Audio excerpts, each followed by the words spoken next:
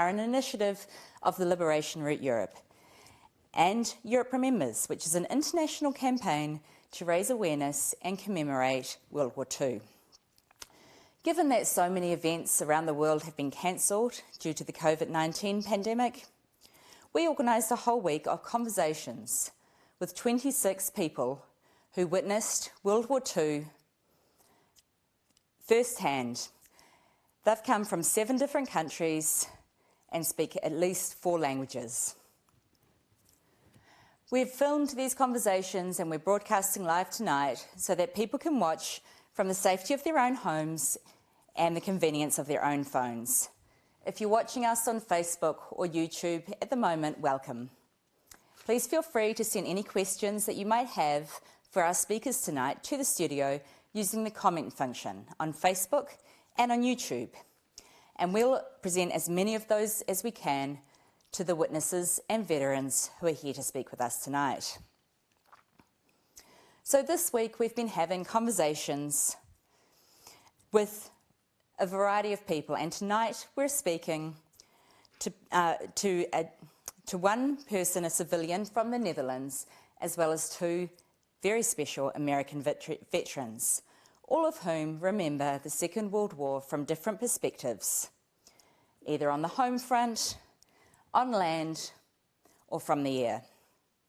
We'd encourage you to share your own experiences, memories that you have or that people in your family have shared with you, as well as any pictures, mementos, or comments using hashtag #IRemember and hashtag Europe Remembers.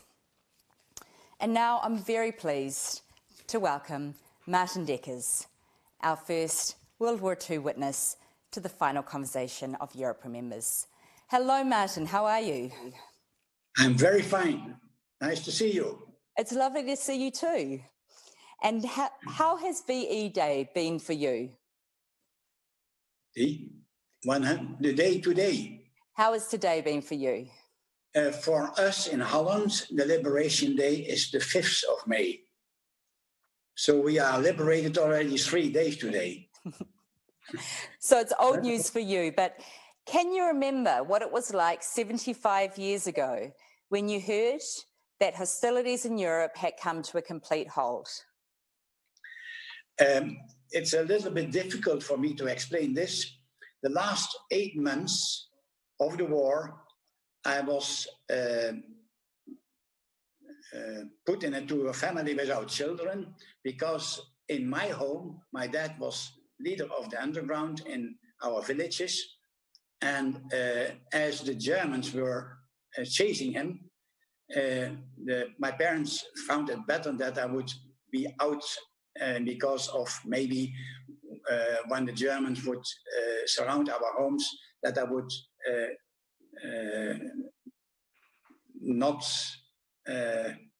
that I would tell them where was the hiding place of my dad. So 8 months I was staying in another family without children. And on the 5th of May, I just remember that the pastor of the village came into this family to have a drink with them. That's the only thing I remember. I was not allowed to go out. I had a bad time, I must be honest. The 8 months far from my family, it's not the nicest time of my life. But there was one thing which was very special. This house was directly in front of the railway station of a small village, Haps, on the railway line from Germany, from where the Allies were fighting the last battle in February, March 1945. And the wounded soldiers were transported by train, Red Cross trains. And each day, 1 or 2 trains stopped at this station, just 50 meters in front of the home. And I will never forget the poor soldiers laying in these trains full of bandages, waving to me. That was something I will never, that was my liberation. Okay? That's a lovely memory, Martin. Thank you. Now I'm very pleased to introduce Jen. Jen went to our website and registered for a conversation, and I'd like to welcome her to our event this evening. Hi, Jen. Hello. Hello, Mr. Deckers. It's really lovely to meet you. Okay, nice to meet you too. I've read so much about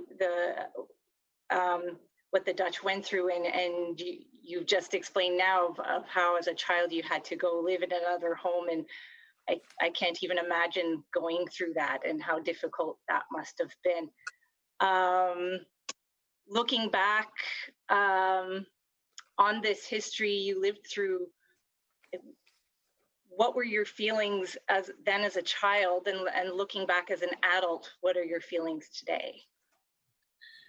Very grateful towards our liberators.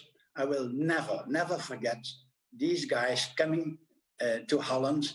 I'm a volunteer, a guide in our Dutch Freedom Museum in Groesbeek, and I'm involved in the history of many of the soldiers who didn't make it home. And for me, walking on the cemeteries in our village where I am living, 322 British and some Canadians. In Groesbeek, there are more than 2,600 Allied soldiers buried, many of them Canadians, but also some British, no Americans. And walking on the cemetery, normally once or two times per week, not now at the corona problem, but normally I'll visit this place with school children, with visitors from Canada, from United States, from England. And it's always very special for me to see these graves and to know the history behind.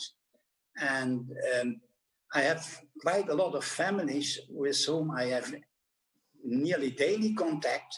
And for some of these boys, I could mean something special for erecting a monument.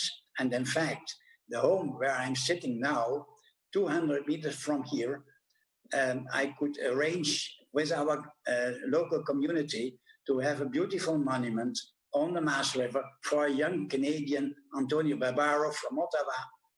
And he drowns, and he drowned under very special conditions. He was participating in the Battle of Arnhem in Market Garden. His unit, Canadian engineers, were asked to try to rescue British paratroopers from Arnhem when the Battle of Arnhem was over. And he crossed with his units 150 times the Rhine at Arnhem under German fire during one night on the 25th, 26th of September 1944.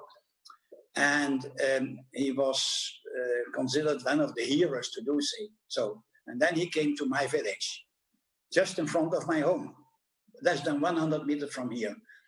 And the Allied built 3 bridges for the last battle into Germany, the Battle of the Rhineland, starting on the 8th of February 1945. And Antonio Barbaro was a lance corporal, and he was responsible for the maintenance of these bridges during this operation. And on the 15th of February, he went out with 2 of his soldiers to check the bridges, but the water of the Maas River, where I'm living, was very high. It was a terrible current. And at a certain moment, one of the lines of the pontoon bridge broke and hit the boat. And the boat started sinking. And Antonio said, listen, we have only 2 life vests on board. I'm a good swimmer. You both take the life vest and I'm going to try to swim ashore. And he didn't make it. He drowned, and 2 months later he was found. Nobody knew what happened. Even his family in Ottawa had no idea why he was killed. And then after this situation and all the information was clear to us, our mayor and our government in our local village, Mook, decided to make him the tycoon of our liberation. And that was 5 years ago. And he got this monument. I'll show you. Can you see it? Yes. Antonio Barbaro, young man, beautiful young man. And he came to Holland not with the idea to be killed or to drown in the Maas River, but to go home with lots of experiences. And so I know many of them. I have a full file, but it's too long for today, but a full file of all these guys who came here and never came home.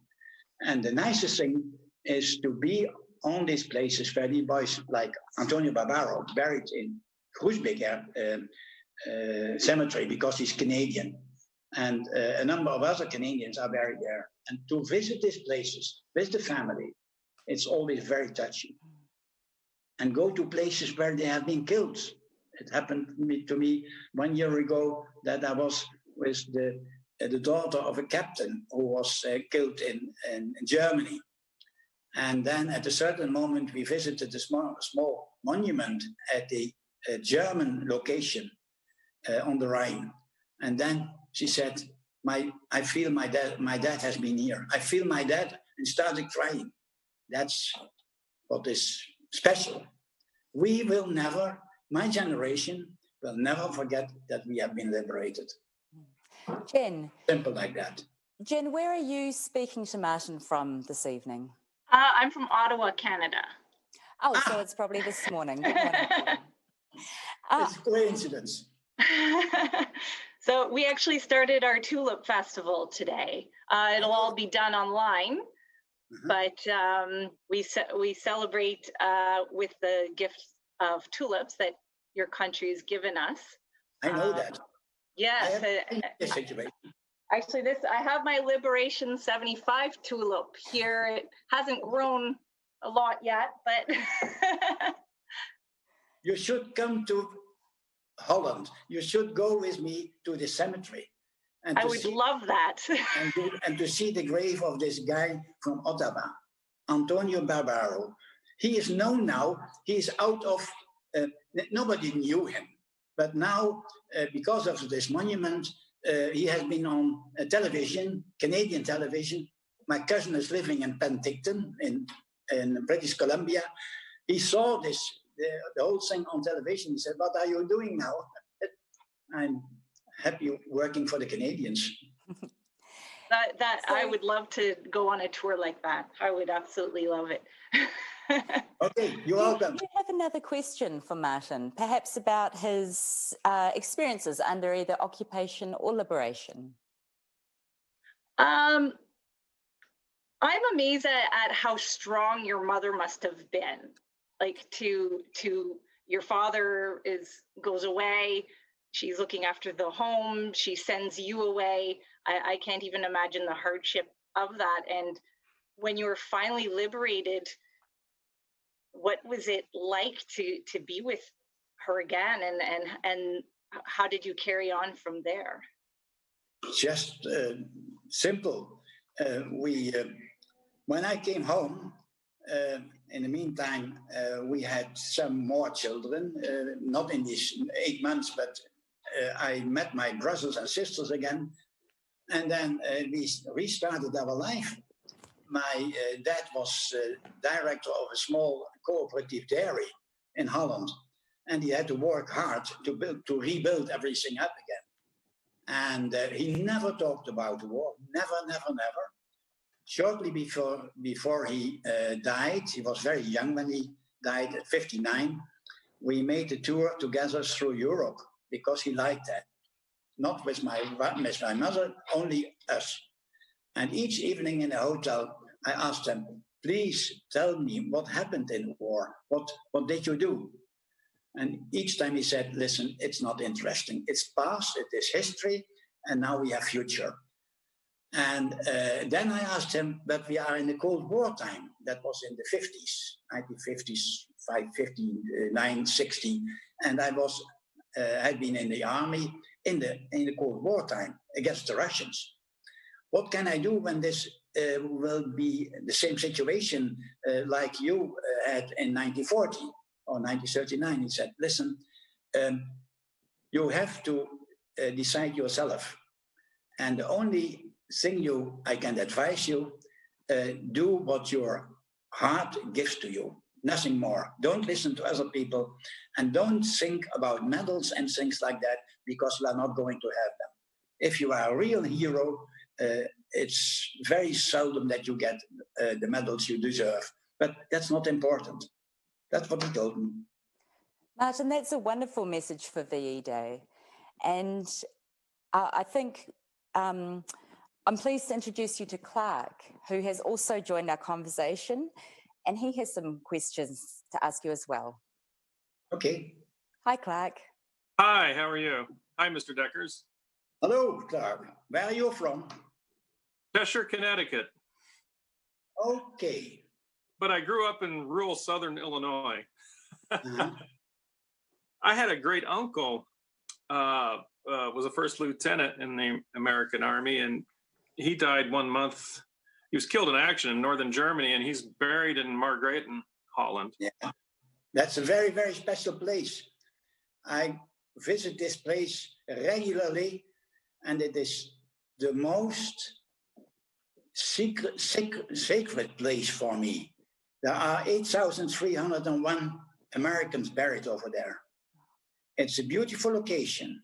It's a sad location because all these young boys never came home.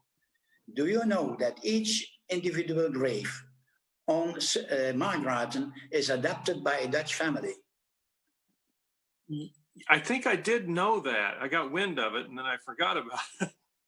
I would have a meeting with the Americans on the 24th of May coming, but Corona is disturbing all our programs, and I would be there with my wife and with the American ambassador and with our king and queen, and we would have a beautiful concert. We participated in this concert, my wife and me, last year. It was fantastic. And even when it is sad that all these guys never came home, this is a place never to forget and to honor each time. I can tell you one history. I was there with the daughter of a pilot of a C-47 Dakota. And we were in Maastricht, close to Margraten. And we had lunch. And at a certain moment, I saw it was raining cats and dogs outside. And I asked the lady next to me with two young, beautiful daughters, can you tell me where I can buy an umbrella? Because I've got this American guest. Yeah, we heard you are talking to this lady in English. Said yes, but she's the daughter of a captain of a pilot of a Dakota. And we are going to Margraten this afternoon, and now it's raining. And then one of the daughters gave me her umbrella. I said, this is the least I can do as a young girl for our liberators. It was a fantastic experience. Come and see Margraten. I've not been. I've only seen a picture of Ralph's, grave, his marker. I don't know why they were sent there. My grandmother once said that she refused to have him sent back because it would be too hard on her mother. But I don't know if she actually had that choice, Why wasn't he, some soldiers were sent back to the United States that had passed, and I don't know the real reason, but we are very honored that so many American families decided to leave their son in Holland, because this is a beautiful place, and they are laying together with 8,301 friends. They belong there. It's their location, but we have to honor them. Mr. Deckers, which town in Holland did you grow up in? Close to where I'm living. I'm now living in Mook at the Maas. The Maas River is just in front of my apartment, 50 meters. And then on the other side of the Maas, from here, 15 kilometers, I was living in the south part of Holland, very close to the German border. In fact, our home was the first house which was not evacuated in October 1944, as the fights in this area were starting at that moment. And our home was the first home which was not obliged to leave us. So we were close to the Maas, and on the other side of the Maas River was German territory. So, Martin, it sounds like you and Clark also have a really interesting connection through your families. And I'd like to introduce you to the last participant this evening who has some questions for you. This is Benjamin, who I think is coming to us from Germany. Good evening, Benjamin. How are you? Hello, thank you. I'm very well. Do you hear me? Yes, I do. My first question is, as a young German, or so, I think my question is, what do you think about Germany or Germans today? Do you have after the war been in Germany, and what is your relation with us? At first, I can tell you, after the war, when we gradually saw German cars driving in Holland, it was a little bit difficult. But gradually, we got used to it. And I can tell you that I have been working as agent of German companies from 1970 up till 3-4 years ago. Without any problem. We had very good connections together. We were business friends. Friends, you have only a few. But we were business friends.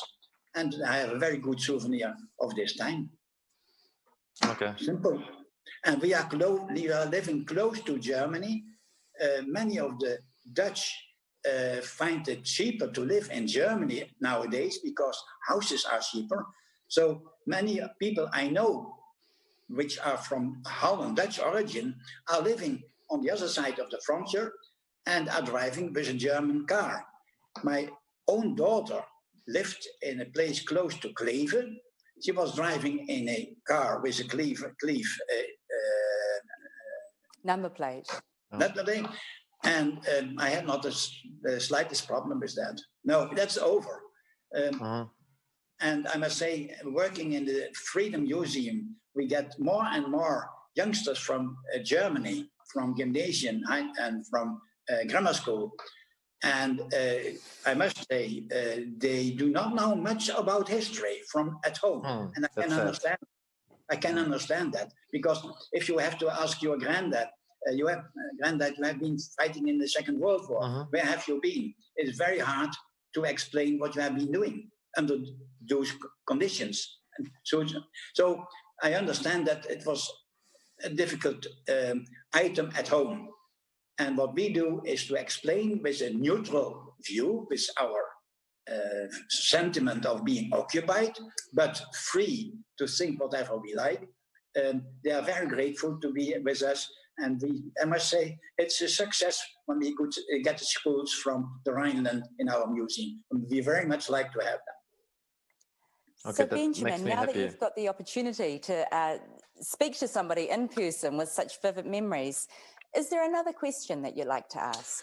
Yes, and I want to ask, do you think that like what you have lived through in the Second World War, did it change your life, or are you another character because what you have witnessed and there? You should ask my wife, but and the thing is, for me and for many people also in your country, the wartime was 5 years, in fact. And I was born 1 year before the Second World War, so I do not remember the first 1 or 2 years. And for me, wartime was normal. I was living in wartime, which for me was the normal way of living. And shooting, planes in the air, bombing, danger. But for me, I do not know if it influenced my life. I do not know. So Martin, Maria has sent us a question on Facebook, and she would like to know, what makes the experience of the war in the Netherlands unique compared to other countries in Europe?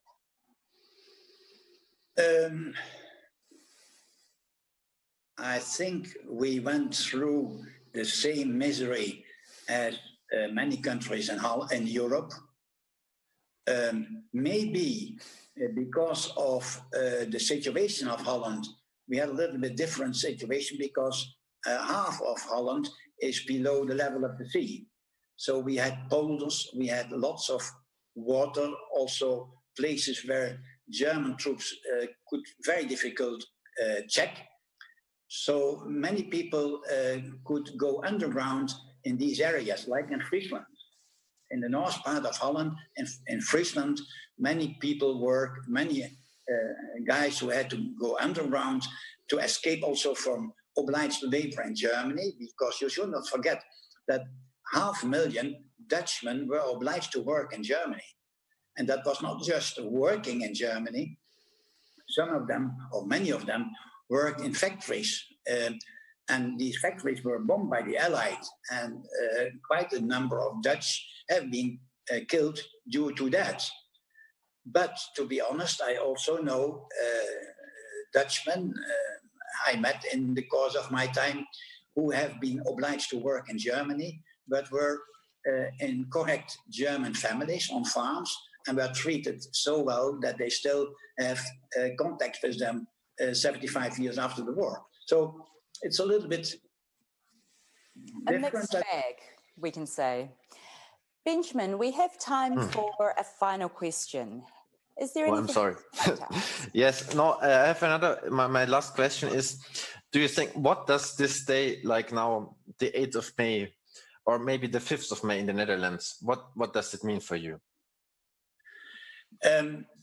It's a pity that we have Corona this year, because we had prepared many things. In fact, I would be on Sunday, on the 10th of May, with 60 guys of the Royal Canadian Mounted Police, pipes and drums, on the way to Ypres in Belgium and to Vimy in France, to go with them to the places where their granddads in the First World War have been fighting. And that is very special. At Ypres in Western Flanders, there is a monument for the Allied, which is Menengate, and it's a holy place for the Allied. But there is also a famous cemetery of young Germans in Lammermark, where at the time from the First World War, the book was written by Remarque.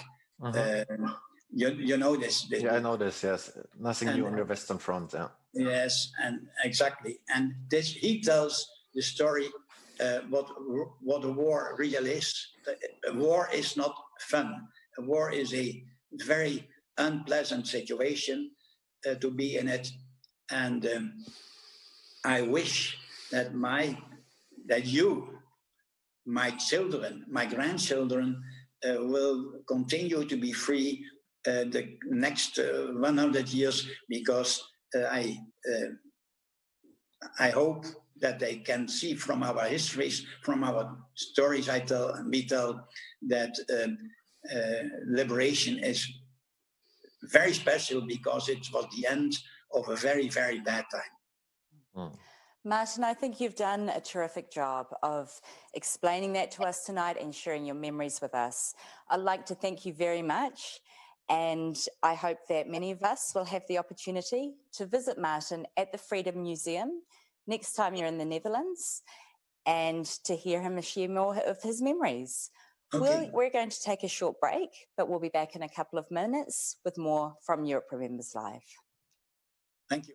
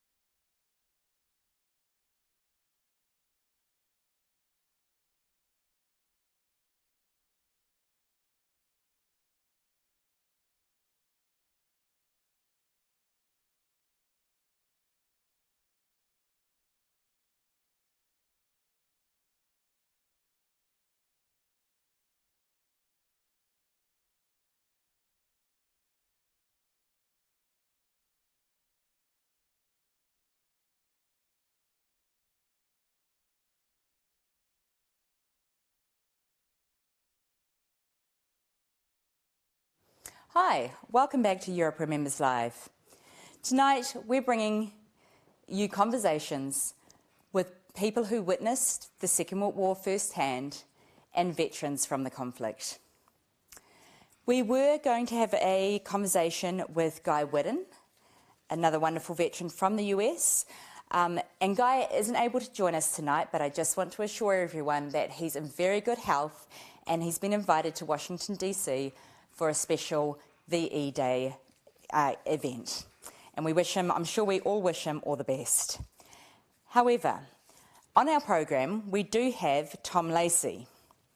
Tom was in the 99th Infantry, a company that was also known as the Battle Babies because of their relative youth and inexperience, despite which they played a key role in one of the most pivotal battles of the Second World War. I'm very pleased to introduce Tom Lacey to everyone this evening. Hi, Tom. Welcome. Thank you. It's great that you could be here. So, Tom, I was wondering if you could perhaps tell us what inspired you to join the Army? Well, I didn't get in until 1943. And really, at the time, it looked like it was going to be drafted anyhow. So I volunteered for induction. But they had what they call an Army Specialized Training Program.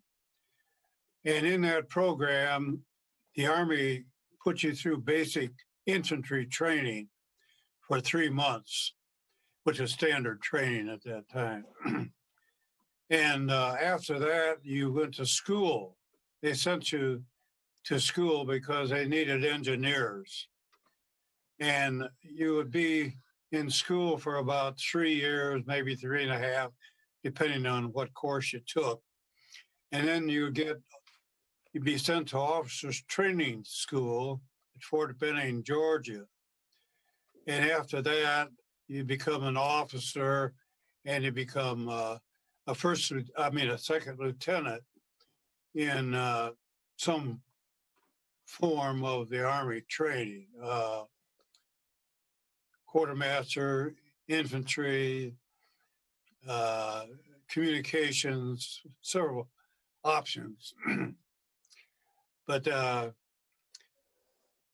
what happened, we went through infantry training and we got sent to Louisiana State University, which is really nice. We started our first semester in, let's see, I think it had to be September of 1943.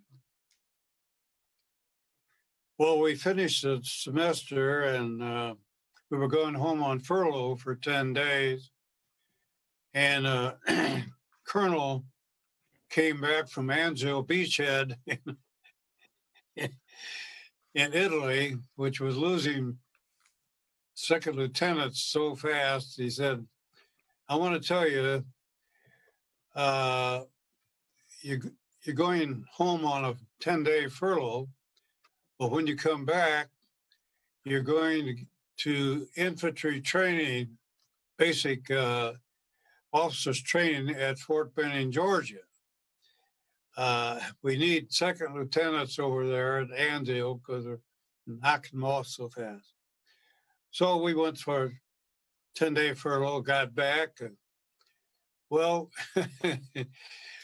we ended up about 3 days later at Camp Maxey, Texas. And not as training for first lieutenants, but as private first class in the United States Infantry with the 99th Infantry Division. This patch here on my cap is our patch, the 99th. It's a division was started in the coal fields of Pennsylvania. and that's why it's a black and white. I forget what the blue stands for, but at any rate, they needed people, and I think there were about 3,500 of us, and we were divided up among the various companies. So we trained with them until the following, we wound up training in September. And then we got a furlough, about 10 days home, came back, and then we went to New York and sailed from New York in the latter part of that month. And we ended up in Liverpool, came in to Liverpool at night, got on a train, went down to London, 65 miles southwest of London, with a little training field near Blandford, a little town called Blandford. And we were about 3 miles outside of town. On the other side of that town was a hospital, about the 3 miles also. So we got to, some of us anyhow, got to find out some of the firsthand experiences of people who have been on in combat. I'm sure you got to drink quite a few cups of tea while you were meeting the locals as well. And there's another young man here who'd like to meet you tonight. His name is Robert, and he's coming to us from Oregon. How are you, Robert? I'm doing good. How are you? Good. It's lovely that you could be here. What would you like to speak to Tom about this evening? So it mentioned in like the post on the website that you were a part of the Battle of the Bulge, and in my history classes I've always known like the Battle of the Bulge should be like just like Germany's last great counteroffensive, and like the last, like we always heard it from like above the thing, not actually like hearing the stuff on the ground. What was it like as a soldier on the ground during that massive battle? Well, it varied an awful lot as to where you were. We were right up there, front and center. In fact, we were so far forward that they just bypassed us. The armor just took the roads and they bypassed us. And then the infantry was supposed to come through. Well, they did, but we fought them off. We did lose a lot of people on our front lines because it was such a tremendous surprise to everybody. Couldn't believe it. Had that much artillery. They threw everything at us for about a half hour. And every thing that could fire our projectile, they used, believe me. And it was so bad that it cut every powered phone line we had, not only in the company, in the whole division. There was not a power line left. It was all cut by shrapnel. And that's a lot of shrapnel, believe me. But you had to be through it to understand it. And it lasted for a full half hour. And then they started coming. They're very, very good at what they followed a rolling barrage, where the artillery would throw shells about 100 yards ahead of their own troops. And they just kept going. And that way, their infantry had a real big advantage because you were just recovering from all this artillery when they were right there at your foxhole. So that's one reason they were pretty effective. But we did manage to fight them off with a what they call a circular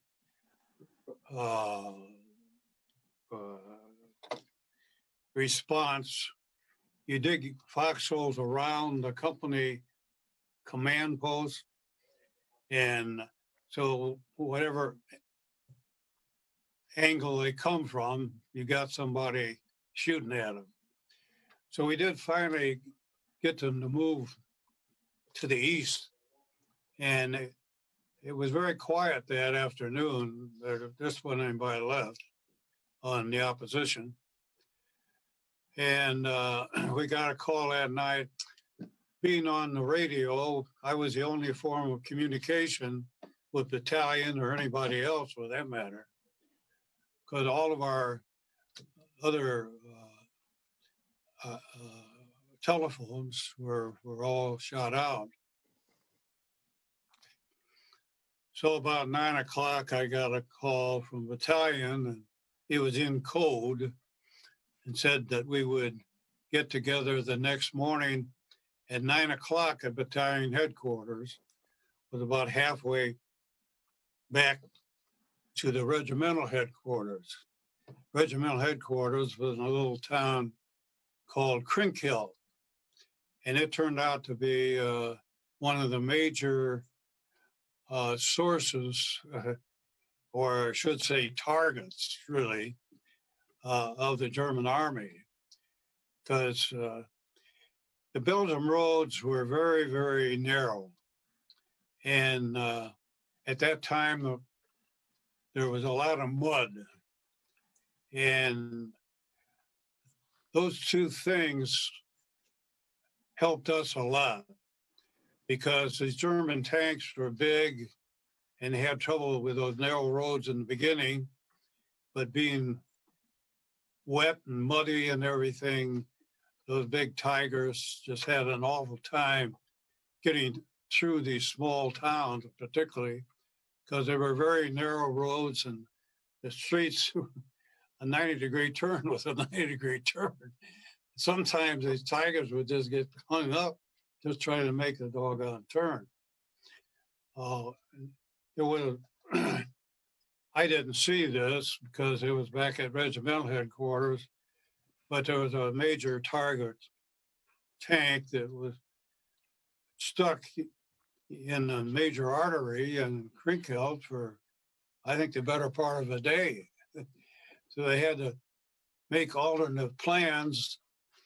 And of course, we were there, members of my division.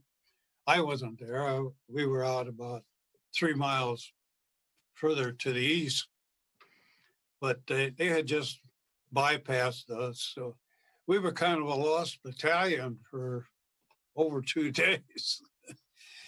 Well, Tom, we're very, very glad they were able to find you. And I know that Melissa has some other questions to ask as well. Yeah, all right. So during the Battle of the Bulge, it was winter, so there was extreme cold, I've heard, and other terrifying conditions. What made you carry on the battle despite all those terrifying conditions you have to get through? What gave you the endurance to carry on? Well, we were an army that's brought together that fast is a young army, believe me. And we fortunately had both young and old. When I say old, I say maybe 30, 35. Well, some of our officers were 45 and 50. But the average troop age, the infantryman, that is, rifleman, was on the order of 21 to 25 years of age. A lot of us were younger. I was, I guess, 19 at that time. But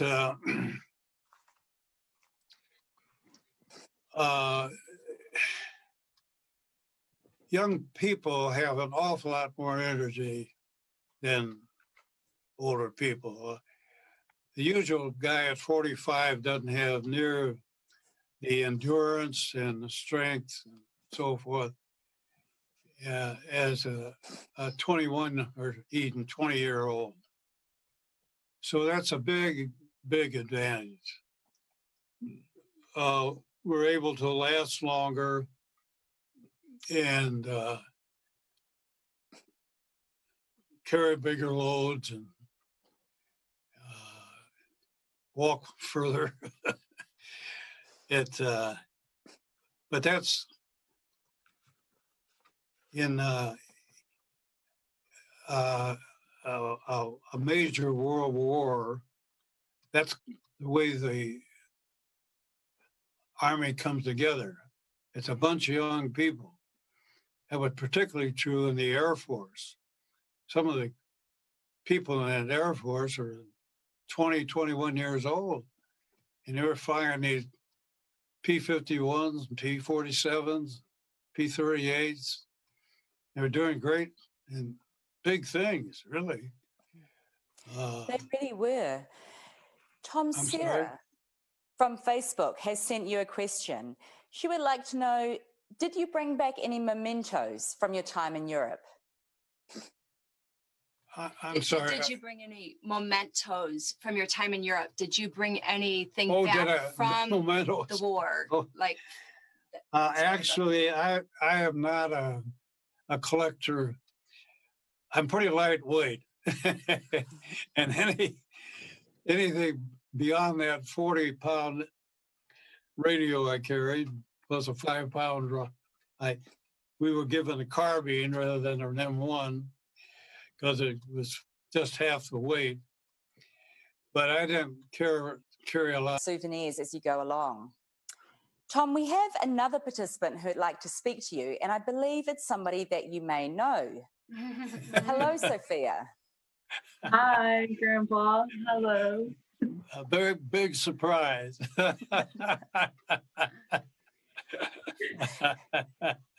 How did you manage that? We'll tell you later. Sophia's got some very special contacts, and we're really pleased that she's here with us this evening. So, Sophia, is there anything that you would like to ask your granddad? So, Grandpa, did you notice any differences in life on the home front from before and after the war when you returned? did you understand that? Oh, a little experience, but really, I think all of us, just about of our young people anyhow, we weren't there to be soldiers. All we wanted to do was get it over with and get on with our education. Most of us were in college at the time or headed for college. And as a result, the war was just something that had to be done, and we're glad to get it out of the way. We did a lot of beer drinking that first year, I'll say that. But it got a lot of us together in ways we wouldn't have gotten together otherwise. And we made a lot of friends in the process. But we just sort of wrote it off at the time as a part of our lives. We just happened to be in historically. But I always wanted to be an aviator, and I tried to get into the Air Force, but it was too late in those days. A lot of people wanted to get in the Air Force. My bunkmate in basic training managed to get into the Air Force. He's the one guy out of the whole company that did. But looking back on it, I was kind of glad that I ended up in the infantry. I learned so much about people that I don't think I would have learned in the Air Force, actually. You have so many different types of people. And you find out that everybody has something that they do, and they do well. And you can take 10 people at pure random. I think anywhere in the country almost, and it's amazing what you find.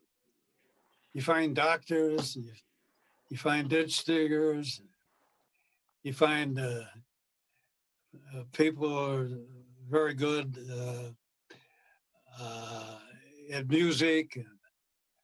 It's just amazing to me how talent is distributed so equally.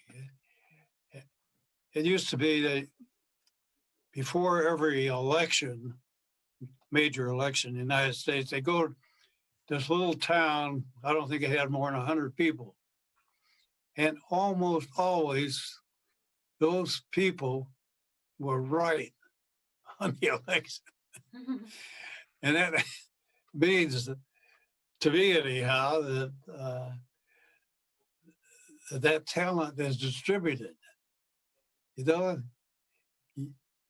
you get Republican towns, you get Democratic towns, and yet this one town always seemed to be able to predict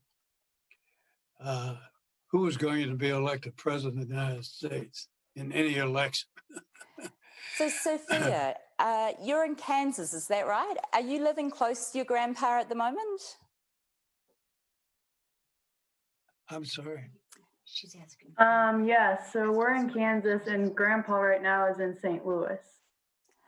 Right, so that's... So about 4 hours. Okay, 4 hours, which for Europeans is quite far, but I guess by US standards, that's relatively close. But 4 hours is still enough that it's difficult to drive over for lunch or pop round for a cup of coffee. So we're really pleased that you can connect tonight in this conversation. Is there something else that you'd like to ask your grandpa at this point? Yeah, I have one last question. So Grandpa, you're a man of devout faith and devotion. How do you think your time on the battlefields shaped this aspect of your life? How did you think your devout faith affected your battlefield experience? My faith. Yeah. Well, I tell you, I don't think I really could have done it without my faith. And I have a very big devotion to my guardian angel, and he's an overworked guy. But I've always had a strong attraction to him, and I pray to him every day. I still do, but my faith is a big part of my life.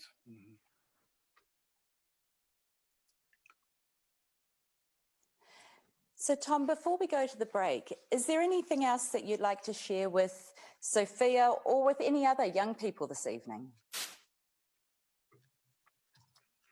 Anything else? Well, the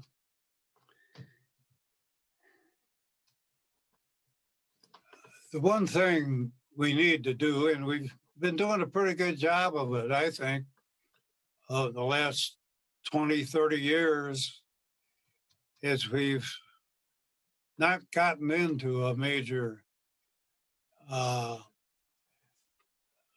fight with anybody, at least not anywhere near World War II. You're always going to have disagreements between nations, but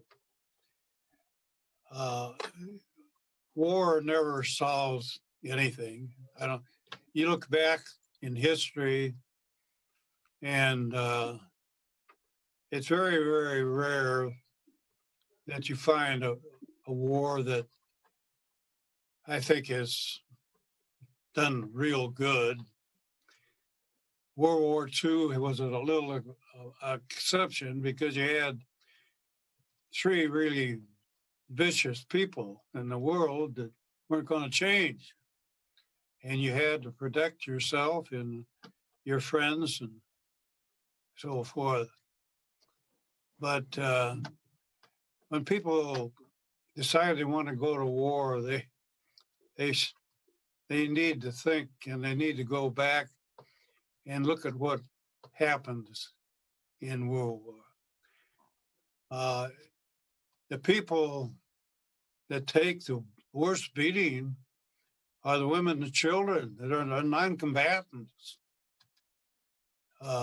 In World War II, we go through these towns and we're just wiped out completely. I mean, complete towns just leveled. And you'd feel sorry for the people that were there. They had nothing to eat. They had no place to live. We at least had a 2.5 ton truck to ride in and get places, even sleeping once in a while. But we were well prepared. We were kind of kings of the road, kings of the hill, more or less, as far as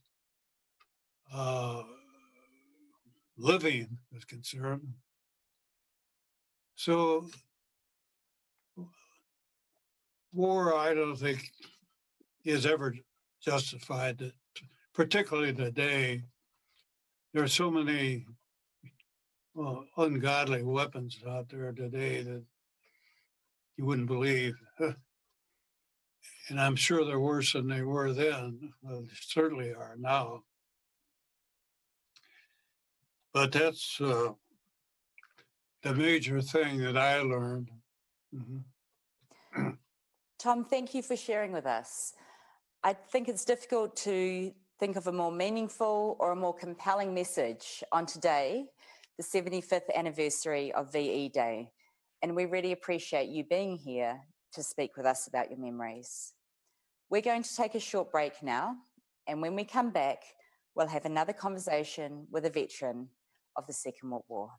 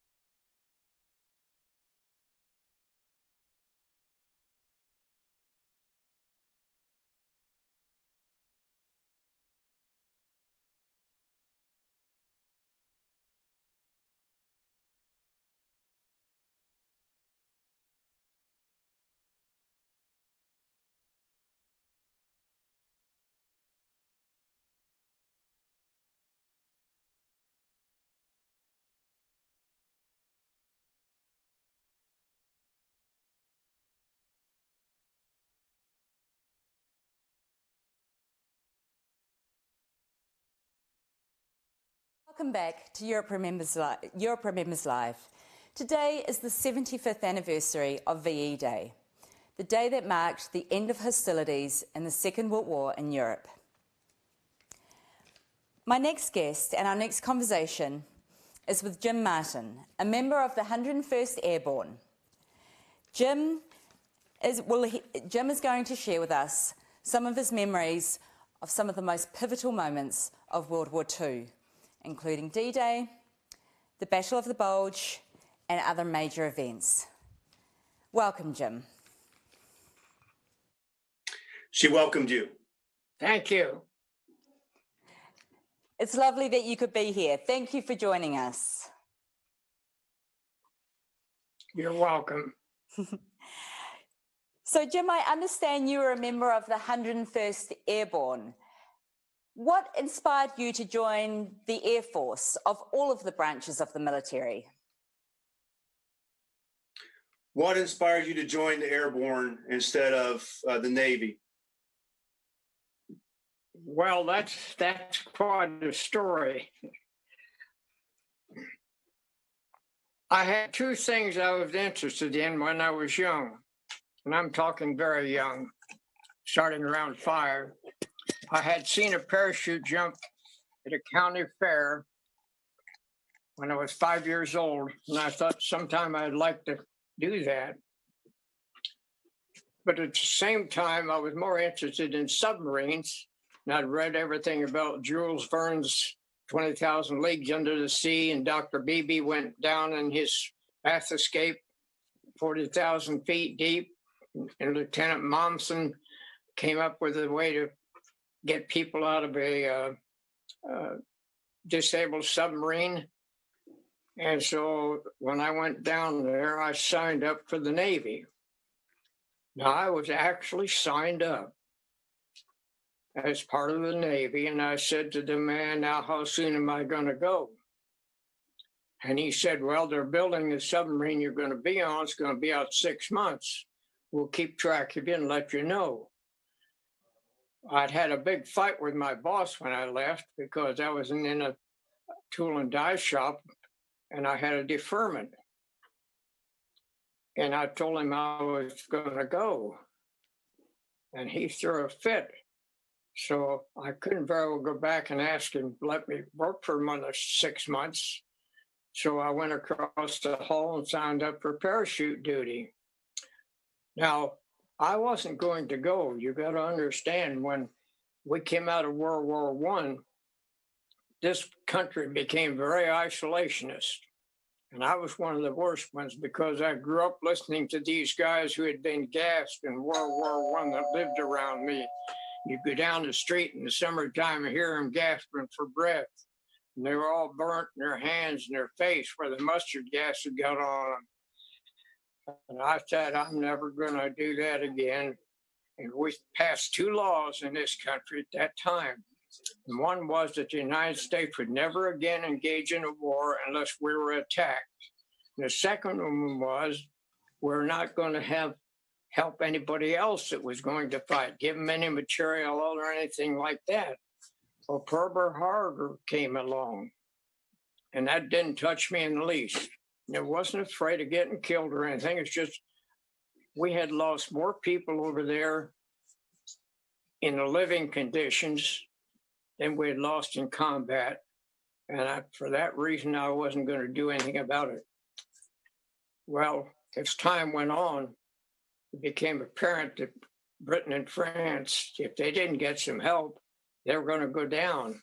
Now, that's another thing you got to know. There's a myth about that we went over to save Britain and France. We did not go over there to save them.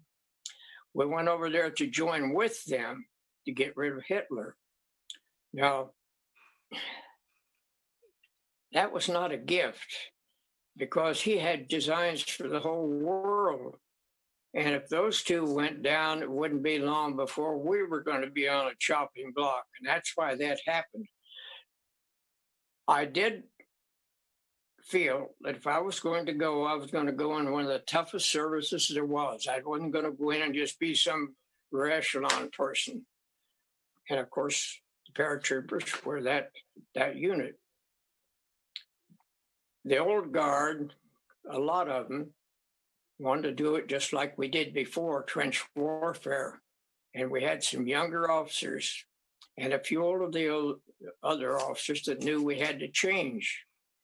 And there was a big argument about it. Now, Germany was using paratroopers, and they had a big battle at Crete, the island of Crete. They won the battle, but they lost so many men that Hitler never wanted to use paratroopers again. And General Marshall and General Bradley, they felt that we probably could have some really good unit. And I don't know how it happened. President Roosevelt was a Navy man, and he didn't care much for the ground troops. But he was smart enough to know that we had to have everything. So that the guy named Bill Lee, he was appointed to check out this stuff that the smoke jumpers were doing, because they were using paratroopers. And they sent him out there, Bradley sent him out to Missoula, Montana, to live with them for a while and see how they did things. And he came back and he said, well, if we change some of the things they do, I think it'd be nice for us to have them. Hey, Jim, just a second here. Are you able to hear us okay? Is everything good and on the volume and everything? It's wonderful. Thank you. Just a second. Okay. So when he came back, he said, yes, with some changes, I think you can make a difference. So Marshall said he wanted to have a new unit that was the greatest unit that the Army had ever fielded, better and tougher than anything we'd ever had. So they came up with this parachute idea. And now the parachute regiment is 2,150 people. But 6,500 people signed up for this. Now, before this happened, if you're going to be a paratrooper, you went to Fort Benning for 4 weeks and came out as a paratrooper. And you'd get some people to send to this regiment, some to another one, someplace else. And they got a guy named Colonel Sink out of West Point to run this new regiment. And he had a different idea. He wanted to have what he called an airborne basic that he thought up. So from the 15th of July to the 1st of December, we went through this airborne basic. We went from 6,500 people down to 1,650. And then we went to Fort Benning and took our jumps. And that's how this started and how it got so tough. And it really is. Of course, we had to get some other guys. They went through the training with us, and we took additional training at another camp, camp. I think she has a question here, Jim. Go ahead, ma'am. Jim, I'd like to introduce you to Ella. Ella is joining us this evening from Massachusetts. Is that right, Ella? Yes. Go ahead and ask your question. Hello, Mr. Martin. Ella has a question. Hi. Go ahead. I wanted to ask you, during the most challenging days of your service and through the war, what thoughts went through your head that helped you stay positive? How did you stay positive when things were really bad? Well, I'll tell you what.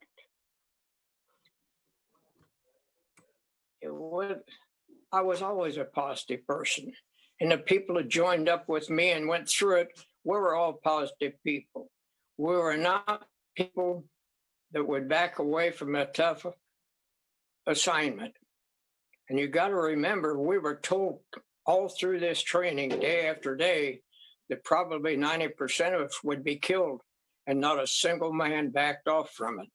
That's the kind of people you need. Now, we're not emotional people. That doesn't mean we don't have feelings, but we ignore the feelings and do the job. And people have asked, didn't it hurt you to see your friends get killed next to you? And I said, not at all. And people have said, well, what do you mean? You trained with them. You knew them. And I said, look, we knew what was going to happen. We didn't kill them. And no, you can't worry about people getting killed. After you see the first couple, it doesn't make any impression on you at all. And we were not that way. And we didn't have people that had PSD. We didn't even know what that was. Never heard the word.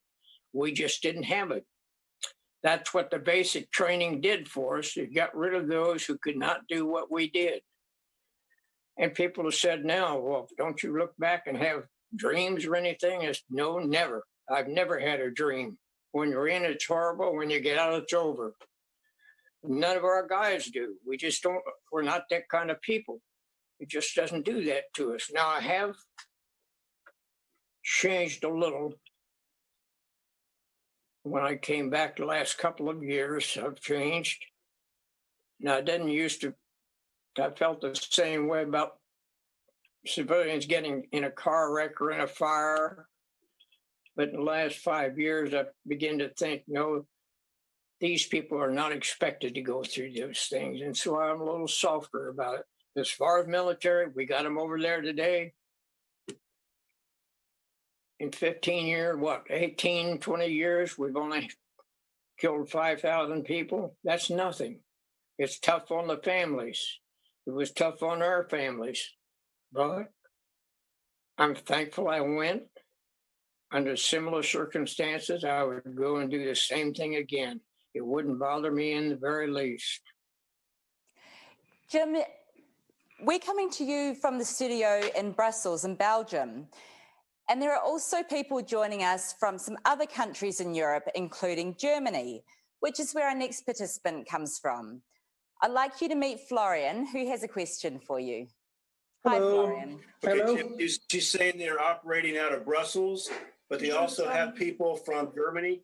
And you've got a question from Florian in Germany coming. Hello, can you hear me? Go ahead, Florian. Yes, I can hear. I'll relay the question. Thank you. My question is, when and where did you first enter Germany? When and where? When and where did you first enter into Germany? When and where? Okay, you jumped into the France, then you jumped into the Netherlands, and then you were back to England for your injuries. Then you came back and you fought at the Battle of the Bulge. When did you go into Germany and where?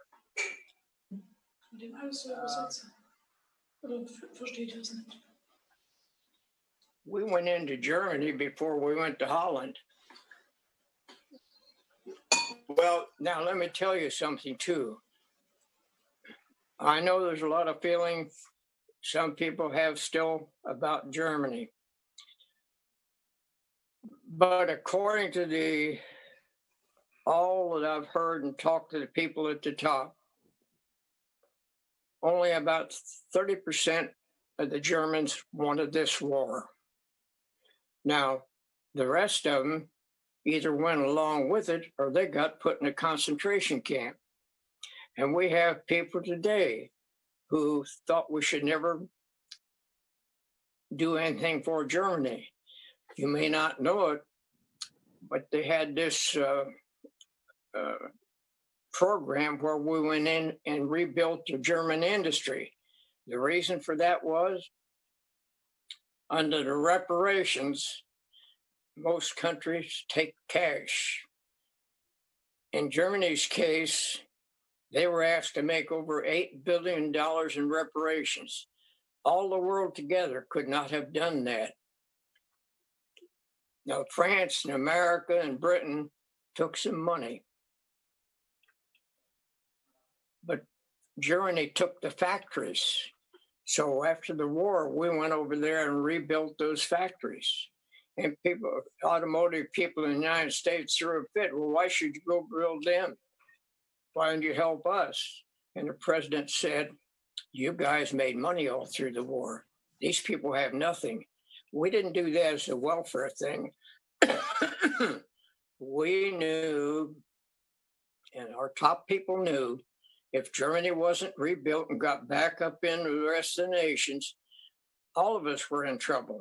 because Europe was going to be a trading partner. And it would have taken 20 years to get back to any semblance of where they were doing what they should be doing. Jim, And real I've had quick here. people tell me the same thing. Why do you? I said, I've got German friends. When I was in Germany fighting, people came up to me and said, thank you for liberating us. They didn't all go for that, but if they didn't go along with it, they were done. Jim, I think, though, when you went into Germany, which was kind of his original question, you ultimately wound up in Bavaria, right? At Berchtesgaden. Well, that's, of course, a long time later. Yeah. But initially, did you go in through like near where the Battle of the Bulge happened? Is that where you crossed into Germany originally? No. See, we were in Germany before that. Okay. Oh, okay. Got it. All right. So I don't know, sir, if that kind of answers your question. He doesn't have the exact specifics about where he personally entered into Germany. Ultimately, he fought, though, down at Berchtesgaden in the Eagle's Nest and whatnot. But I don't know if that kind of answers your question in general. Yes, thank you. It is enough. And It is a I'm good friends with a lot answer. of German people today. I still am friends with them. But Jim, Michael you know, is also here. there's a lot of hatred goes on in this world. Now, if you're fighting, you can't hate people. If you're going into combat and you go in with a feeling of hating, you make poor judgments on both sides. And I'm friends with those guys that fought against us today. And we laugh about it today, some of the things that went on. I don't have any animosity. And people say, well, the awful things they did. I said, look, our people did awful things too. You got to forget it. The world goes on. Get over it. What was your question, ma'am? Michael, would you like to ask Jim a question? I would. Thank you very much. Hi, Jim. A question I have for you is, well, one I always like to ask the heroes I'm privileged to talk to is, what is your favorite book? Jim, what's your favorite book?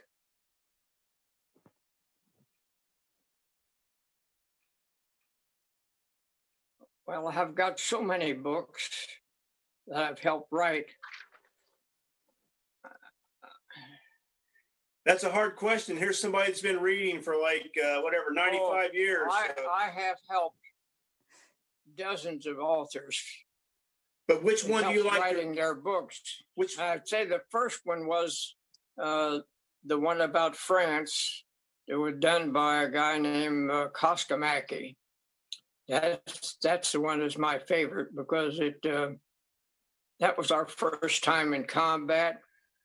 And I worked with him about 5 years on that, gave him names of everybody he could check things on, gave him documents and all that. And I'd say that's probably my first one. But what's your favorite book outside of war books? What's your kind of favorite book to read? Well, almost everything I read is war books. I've got a stack of them, probably 3 feet high that I've done.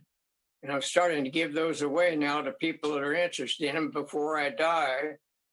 I like some narratives. I go to a place up here where I can buy some of those books that are $1 a piece, that are overruns, and they're narratives, all kinds of narratives. I do that when I'm not doing the other books. And what was your next question then? Well, I just have a small, quick question. Oh, Sure. sorry. Go ahead, Michael. Well, I just wanted to know if you carried any personal memorabilia with you when you were in the war. Anything from home, a photograph? Did you carry anything from home, like a picture of your family? No. A Bible? Anything? No. A lot of people did. I never carried any pictures like that. Kevin, thank you. Is that Kevin that we can hear helping Jim? Yes. Yes. Kevin, how would you feel about joining the conversation? I feel like you're a part of this, and perhaps you'd like to appear on camera as well. We'd love to have you. I didn't brush my teeth, so no, just kidding. I can stand behind him here. I'm trying to do this social distancing thing. Gotcha. that's me, and then I'll step aside. Lovely yeah, to if see you have you. any, I can, if you have a question for me, I'm happy to answer it. I accompanied Jim last September when he went to the Netherlands for the 75th commemoration of Market Garden. So Jim and I spent 10 days over in the Netherlands. It was a wonderful experience. I previously lived there with a military exchange tour, so it was kind of like coming home again for me. It was in the same area in Brabant.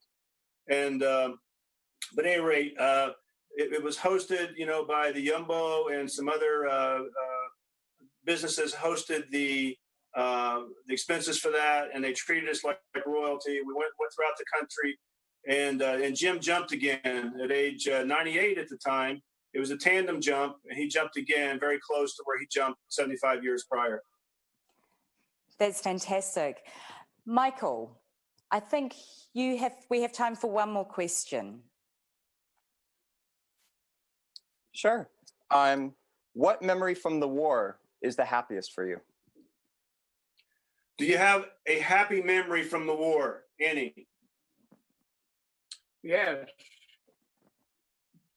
We trained for a year in England, and that was the happiest time of all the time I was overseas, because my battalion was 750 people, and we were put in a village of 1,500 people. And up on the top of the hill was an Air Force base, and they had 2,000 people. So we can imagine what that was like. And there were 9 pubs in the area, and we all became friends with families. I had 4 houses I could walk into without ever knocking on the door. I had one house where I had a room and a writing desk and kept clothes and things. And if I had time off and I got to come in late at night, I could go in there and go to bed. And those people there, not only me, but other people, our families got acquainted with them, and things were sent back and forth, and letters were written back and forth. And it was the closest thing to living to home that you could possibly have. Now, all of those girls I knew in my age, there's only one of them left. Everybody else is dead. And so that's a rather peculiar feeling too. And I went back there a few years ago, and surprisingly, the people that I talked to didn't even remember us having been there, because they weren't, most of them, even born at that time. So that was rather strange. But now in the other countries, France and Germany and Bavaria and all that, I meet now the children of those people that we knew then, children and grandchildren of those people, and we're all friends. And I see them at different times. I've been overseas 6 times over there, and gone all over Europe. And so I have lots and lots of friends over there that I still keep track of and see. And it's, I didn't keep a lot of memorabilia like people did. I did send home 16 rifles and 25 pistols, and I gave almost all of them away. I don't have any of those left. I'm just not into that. Monuments and memorial, all that don't mean a thing to me. What meant a thing to me and still does is the people I meet. When you come right down to it, people are the most important things that we can have. Friends and family. And that's what makes this world go around. Hey, ma'am, real quick comment here. I know we're going to be closing here, but if the audience is not aware, there was a book written about Jim and 2 other 101st Airborne members. The title of that is 3 of the Last Screaming Eagles. And that book was written by a Dutch... The book's right over there on top. See it? Yeah. It was written by a Dutch Army officer. And if you want to get more details of Jim's experiences, like where he entered Europe or Germany and those kind of questions, there's a lot of detail in there. I'd highly recommend it. And we're not getting any money here now, either. If you've got time, I'll give you some background. I was approached by Lieutenant Josh Green of the Dutch Army, and the Dutch government wanted him to write a book about me. And I said, no, I won't do that. I'm not into something for me.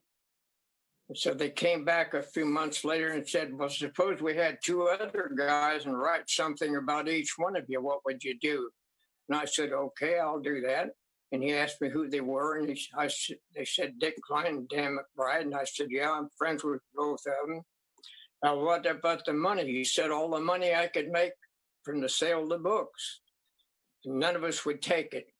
So they said, we're going to set up a thing for them. Now, I said, this guy that owns a chain of groceries, he pays for us paratroopers to go over. But I said, all the ground troops, the British, the Canadians, all these other ground troops, that money's going to go to take them over, so they get to go too. So we all signed up on that, and that's what's going to, every penny goes there. Us three guys will take absolutely nothing. We don't expect it, and I've made that plain from the very beginning. I will not take any money at all for what I did, because I've been rewarded in so many ways since, and I feel very honored and privileged to have been a part of history. And all of our guys feel that same way. The book's available on Amazon for those that use that service for buying things.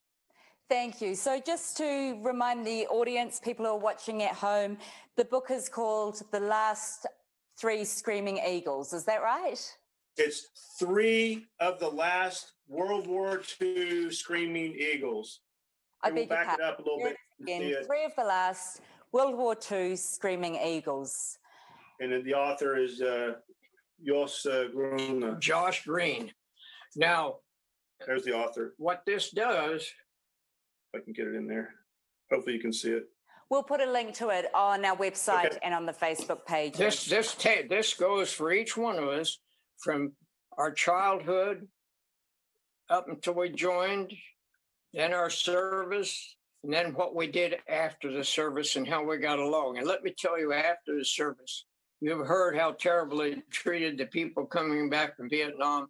It was much worse for us, because when I went back, it was shocking out that the guys said, oh, you guys, we're sorry this thing is over. We had all the women and all the liquor, and now you come back and you spoiled it all.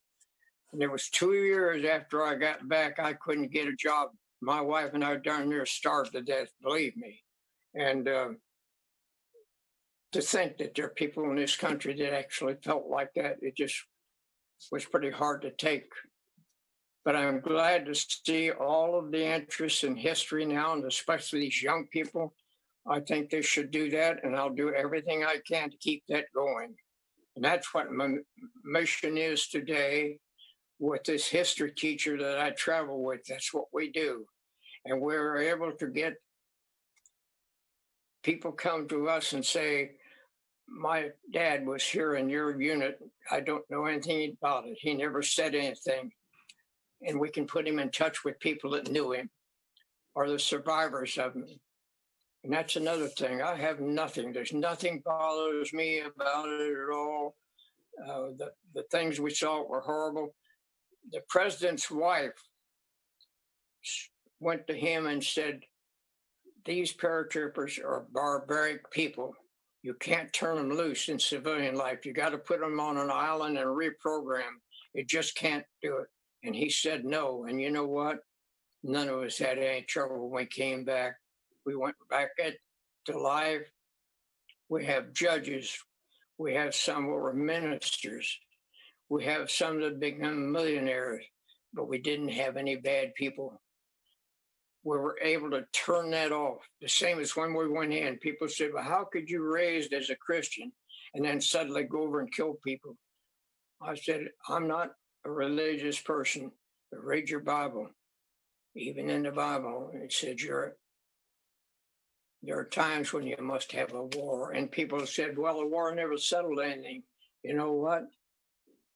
The world has had less war in it for the last 50, 60 years than it had any time in its history. and that's still going on today. So war does settle things.